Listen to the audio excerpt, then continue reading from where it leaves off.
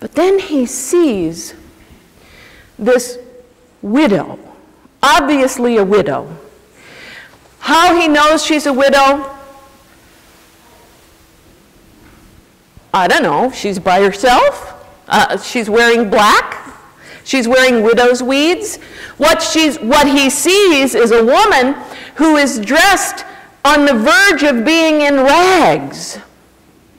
And she's in the company of all these people, and she doesn't even need to be there. She doesn't owe a shekel. She doesn't have to pay a shekel. It's optional. She doesn't even have to be there. Nevertheless, she is. She is there, and she takes two teeny tiny, itsy bitsy little coins called lepta. Lepta.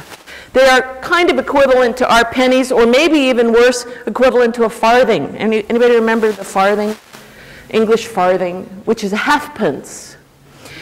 This is the smallest coin of the realm, of which she has exactly two. She takes these two coins, puts them in the horn.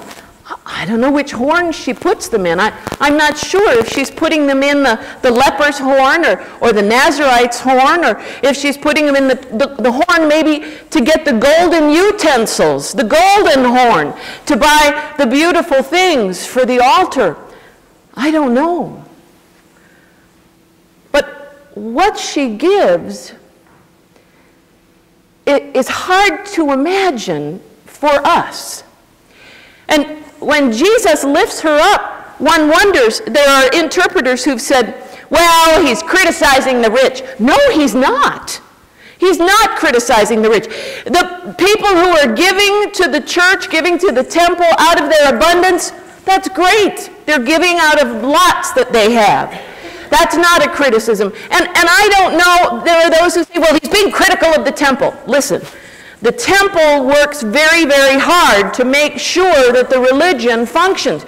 Do you know that if you are a priest and you are in charge of counting or taking any money at all out of the treasury, you are not allowed to wear a robe that has any cuffs or any sleeves or anything like that? You're not. You're not. And you're only allowed to take money out of the treasury 3 times a year. And if you go in to take money out of the treasury, you have to keep talking the whole time, because that way you can't put any money in your mouth. There are very, very strict rules about how that money is safeguarded to do the work of God.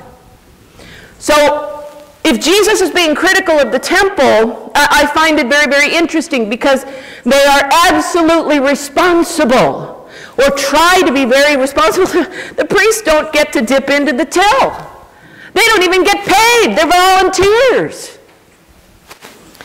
So I'm wondering if Jesus is being critical of the temple. I don't think so. And I'm wondering is he being critical of the widow? My gosh. You need that money more than this church. You need that money more than the temple needs the money. The temple has incredible amounts of money coming in all the time, charging people to do their offerings, etc. And the rich, even the rich give money. They pay for the offerings that are supposed to be done by the Nazarites. Do you know what Nazarites are? Okay, well, Nazarites are the precursor to monks. So that Nazarite offering, since the Nazarites can't afford their own offering, the rich people are supposed to pay for their offerings so that they can have burnt offerings.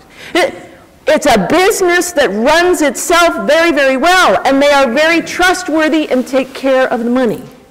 So is Jesus being critical of the widow for giving up the last 2 coins that she has for the temple that's already loaded?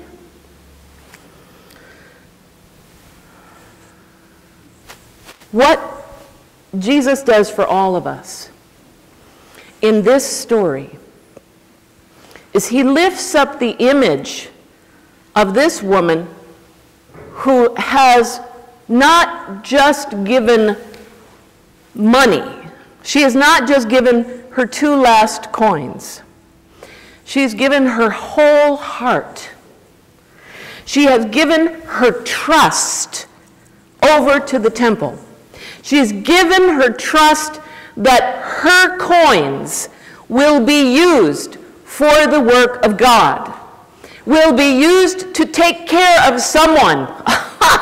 Who needs it more than her? I don't know. But she trusts that what little she has to give will be used to care for someone who needs it more than she does.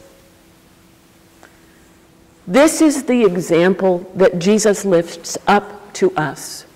He lifts up the image of a woman who trusts that the work of God will be done. She surrenders her trust before God in front of everyone there and gives the greatest gift, not of money, but of her heart and her trust. Perhaps that's the message for us today. When you make a commitment to your church, when you make a pledge to your church, you're not giving money. You're giving your heart.